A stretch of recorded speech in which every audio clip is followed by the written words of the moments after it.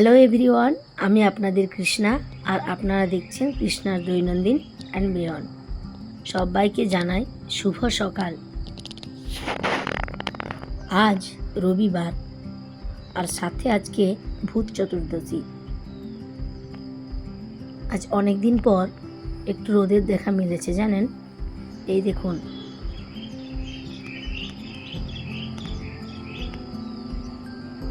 ঘড়ির কাঁটায় এখন সকাল 6টা। তো এত সকাল কোনোদিন ওঠা হয় না, আজ বাড়িতে অনেক কাজ, তাই একটু তাড়াতাড়ি উঠে পড়েছি। আমার বাড়ির ব্যালকনিটা যেহেতু পূর্ব দিকে, তাই সকালে উঠেই নজর চলে যায় এই দিকটাতে।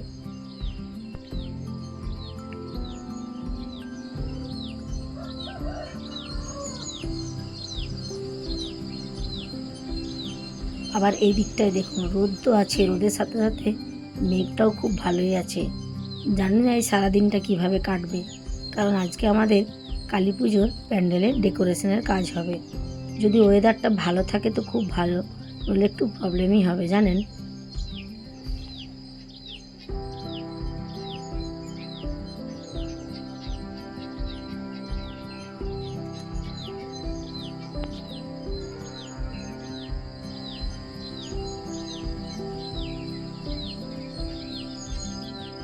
চলুন এবার আপনাদেরকে আমার বাগানটা একটু দেখিয়ে নিই। এই দেখুন, এই গাছটাতে প্রচুর কুড়ি এসেছে। আর এই গাছগুলো কি বলুন তো, বেশি রোদ না হলে ফুল ভালো আসে না।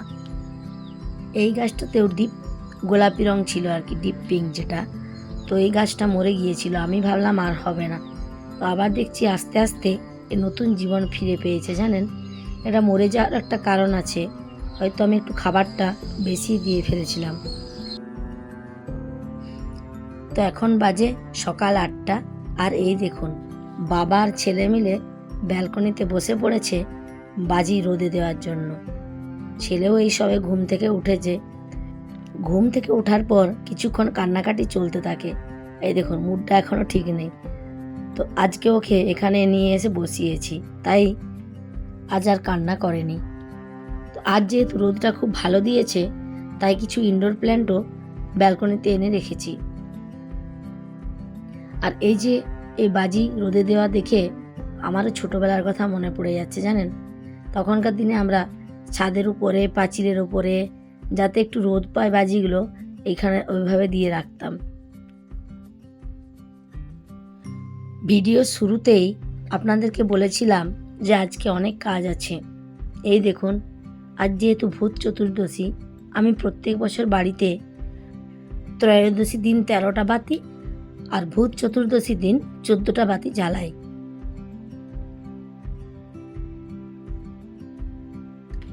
আর এই বাতি দিতে দিতে হঠাৎ মনে পড়লো কাল তো কালী পুজো। তো কালকে কালী পুজোর মায়ের কাছে যা যা নেব, তার সাথে একটু মাকে পদ্ম ফুল দেব। আর তার সাথে আমার ঘরে যে মা লক্ষ্মী আছে, তাকেও একটা পদ্ম ফুল দেব। আপনারা যদি আমার দুর্গাপুজোর ব্লগ দেখে থাকেন, ওখানে দেখবেন বিবি ডেলিতে আমি 20টা পদ্ম ফুল অর্ডার করেছিলাম। তো 20টাই পাওয়া গিয়েছিল। আর আজকে ওখানে বিবি ডেলিতে তো নেই, শেষ। মানে বিবি ডেলিটা কেমন, আজকে অর্ডার করব, কাল সকালে আমাকে দিয়ে যাবে। তো ওখানে তো ছিলই না। এটা বিবি 10 মিনিটস যেটা হয়, ওখানে দেখছি আছে। তাও আবার বেশি নয়, মাত্র 2টো ফুলই ছিল। মোটামুটি আমি পেয়ে গেছি। আর এই দেখুন, তার সাথে একটু দুধ, একটু ধোসার ব্যাটার নিয়েছি। কাল যেহেতু পুরো দিনটাই ভেজ, বাচ্চাগুলোকে কি দেব, তাই একটু ধোসা ব্যাটার নিলাম। আর সাথে এই যে 2টো পদ্ম ফুল পেয়েছি। মানে আমি যতগুলো অ্যাপ দেখলাম, সব জায়গাতে দেখাচ্ছে আউট অফ স্টক।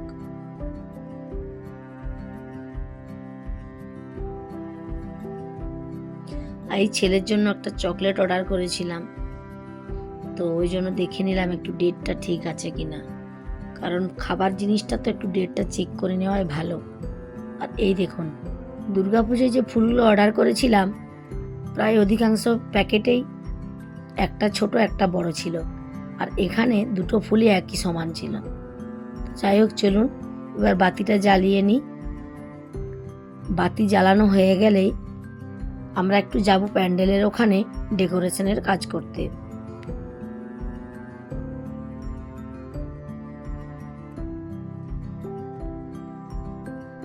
আমার এদিকে প্রদীপগুলো রেডি করতে করতে আমার মেয়েও ঘরে একটু রঙ্গোলি দিচ্ছে। সে প্রতি বছরই এই টাইমটাতে রঙ্গোলি দেয়। তো এই বাতিগুলো সব জ্বালানো হয়ে গেলে ভাবছি কিছুক্ষণ আমার সিংহাসনে ঠাকুরের কাছে রাখবো, তারপর যেটা যেখানে দেওয়ার দেব। আজ তো বাইরে প্রচণ্ড হাওয়া দিচ্ছে, আর আমার তুলসী গাছটাও আছে ব্যালকনিতে। তো ওখানে বাতি দিতে পারবো কিনা জানি না, কারণ এত হাওয়া বাতি নিভে যাবে। আগের দিন ত্রয়োদশীতেও আমি দরজার সামনে বাতি দিয়েছিলাম, জ্বলেনি, নিভে গেল। আর একটা যমদেবের উদ্দেশ্যে যমবাতিও দিয়েছিলাম, সেটাও কিছুক্ষণ জ্বলে নিভে গিয়েছিল। তো এই দেখুন আমার কমপ্লিট। চলুন এবার মেয়ে একটু রঙ্গোলি দিয়েছে সেটাও দেখিয়ে নিই।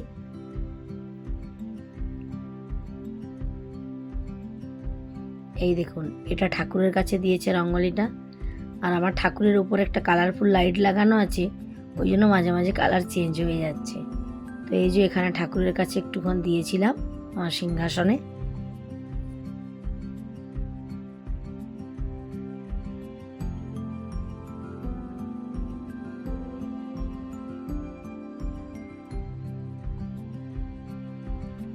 তো আপনারা কারা কারা বাড়িতে এরকম ভূত চতুর্দশীর দিনে 14 বাতি দেন, আমাকে একটু কমেন্ট করে জানাবেন।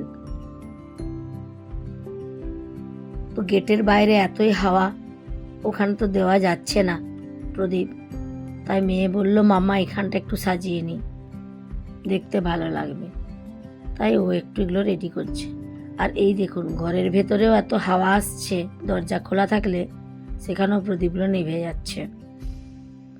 আর ওই থালার মধ্যে যে গোলাপের পাপড়ি ছিল ওগুলো দিয়ে আর একটু সাজিয়ে নিচ্ছে। তো আমরা আগে যে বাড়িতে থাকতাম ওখানে একটা ব্যালকনি ছিল। তো প্রত্যেক বছর ওখানে দেওয়ালির দিন দু তিনটে দিন আর কি, আমি প্রদীপ জ্বালাতাম। ওখানে ব্যালকনিতে রাখা যেত। আর এখানের ব্যালকনিতে এত হাওয়া, প্রদীপগুলো থাকবে না। তাই এখানে মেয়ে সুন্দর করে সাজিয়ে নিয়েছে দেখুন। আর ভাবছি আমার তো 2টো বেডরুম, তো 2টো বেডরুমের দরজার সামনেও 4টে প্রদীপ দেব। এই দেখুন এই 2টো বেডরুম লাইটগুলো সব বন্ধ রেখেছি, দেখতে খুব সুন্দর লাগছে। এর সাথে তুলসী তলাতেও 2টো প্রদীপ দিয়েছি, দেখি সেগুলো ঠিক আছে কিনা। আর এই দেখুন তুলসী গাছটা নার্সারি থেকে নিয়ে এসেছিলাম, আনার পর কয়েকটা দিন ভালো ছিল, তারপর কেমন ফাঙ্গাস টাইপের হয়ে গেছে। আর এই যে এখানে 2টো প্রদীপ দিয়েছি। এই উপরটাতে তো রাখাই যাচ্ছে না, উপরে রাখলে হাওয়াতে নিভে যাচ্ছে, তাই ওখানটাতে জ্বলছে 2টো। আর এটা ছিল মেন দরজার সামনে। এই যে মেয়ে এখনো রঙ্গোলি করে যাচ্ছে। তো ও হ্যাপি দিওয়ালিটা লিখতো না, তার ভাই বায়না করেছে দিদিয়া হ্যাপি দিওয়ালি লিখতে হবে। আর এখানে এতটা পরিমাণে হাওয়া দিচ্ছে, ফুলের পাপড়িগুলোও ঠিক থাকছে না। আর রঙ্গোলিটাও আমার তো মনে হচ্ছে না রাত পর্যন্ত ঠিকঠাক থাকবে। তো যাই হোক, চলুন এবার প্যান্ডেলের ওখানে যাওয়া যাক। এই হচ্ছে আমাদের ছোট্ট প্যান্ডেল, মায়ের মন্দির।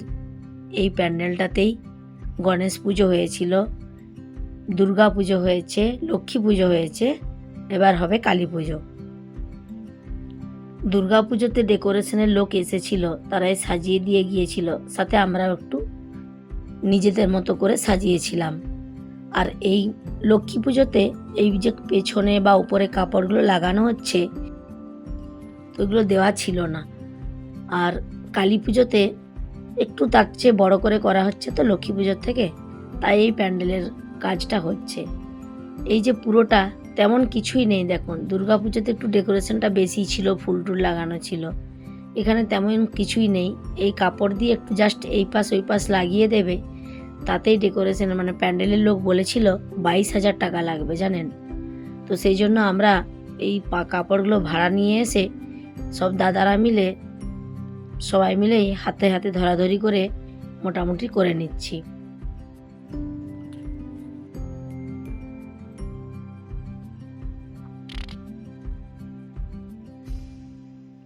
আর এই দেখুন দেওয়ালিতে আমার ফ্ল্যাটের ব্যালকনিগুলো খুব সুন্দর সেজে উঠেছে।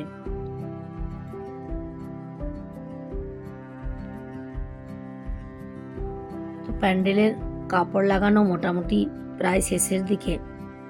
এবার শুরু হবে আমাদের কাজ। আর এই যে এই ফুল টুলগুলো দেখছেন, এগুলো গণেশ পুজো থেকে লাগানো হচ্ছে বিভিন্ন রকমভাবে। এক একটা সময় এক এক রকম করে ডিজাইন করে লাগানো হচ্ছে। তাই এখানে সব কাউন্ট করা হচ্ছিল, আর সাথে একটু হাসি ঠাট্টা হচ্ছিল। আর এই যে কুলোগুলো দেখছেন, এগুলো আমরা দুর্গাপুজোতেও লাগিয়েছিলাম।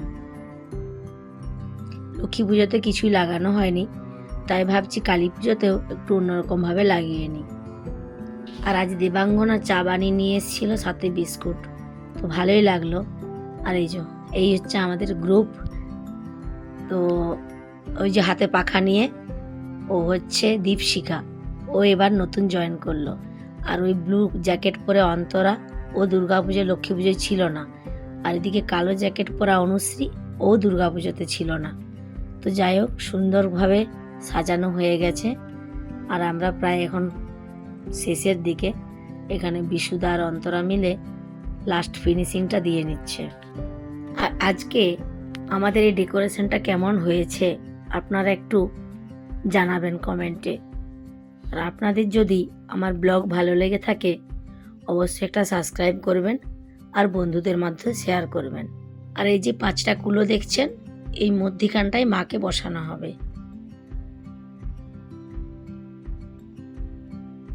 তো আজ তাহলে আমার ব্লগ এখানেই শেষ করছি।